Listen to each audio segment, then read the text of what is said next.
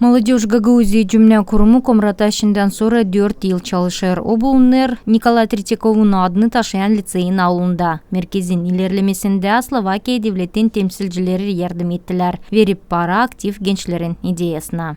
4 года назад проект начинался не просто с молодежного центра, а с платформы. Bu projekt başlanıldı dil kurumun kurulmasından ama bir platformanın açılmasından gençler için. Nerede onlar vardı kolaylık buluşsunlar birbirinden hem söylesinler kendi düşünmeklerini. Bundan kara bilsinler niye soy kuvvetlerle de laf etme. Projektin bütününe finanslaması 100.000 euro kurdu. Bu paraya biz sayt kurduk, türlü treningleri geçirdik, türlü gençlik olaylarını da geçirdik. Мы создали инициативные группы в нескольких населенных пунктах и работаем сейчас со школьными советами тоже.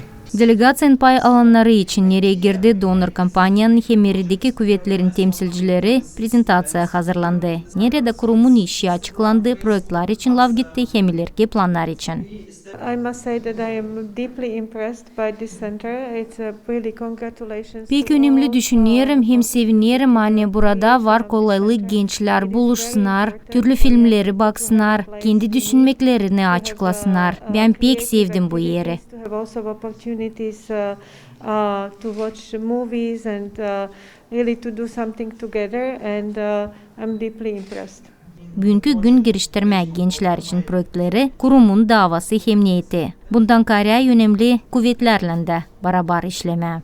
Это был проект, нацеленный на молодежь, на то, чтобы их вовлечь в процессы принятия решений. То есть это научить их, как писать проекты, научить их, что такое органы власти, что такое гражданский сектор, что такое бизнес, и научить их, дать им возможность сотрудничать между собой и с органами власти тоже. Aktif gençler angıları kendi devletin politika durumunu hem kurulmasını bilirler hem kuvvetlerle beraber işleme savaşırlar. Bu her sıra iyi bir iş yaşamak punktların ilerlemesi için. Sayır Komrad'ın primarı Sergey Anastasov.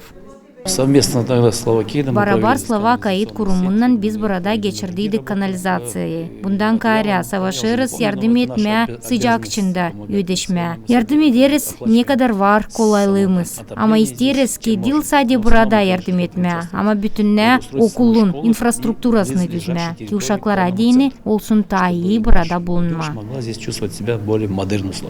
Gençlik Merkezi Komrat'a bugünkü gün türlü üretmek treninglerini geçirir, hem projeleri geliştirir. Kurumunda çalışır nice her zamanki işçiler öyle volontörler de. Olaylara katılır gençler 14 yaşından 26 yaşına kadar. Bitki projelerinin birisi hangisinden zanatlanır merkez, bağlı üretmek nasatların kurulmasından gimnaziyalarda hem liseylerde. Людмила Новак, Григорий Стальвилов, Мария Казак, УГРТ Haberler.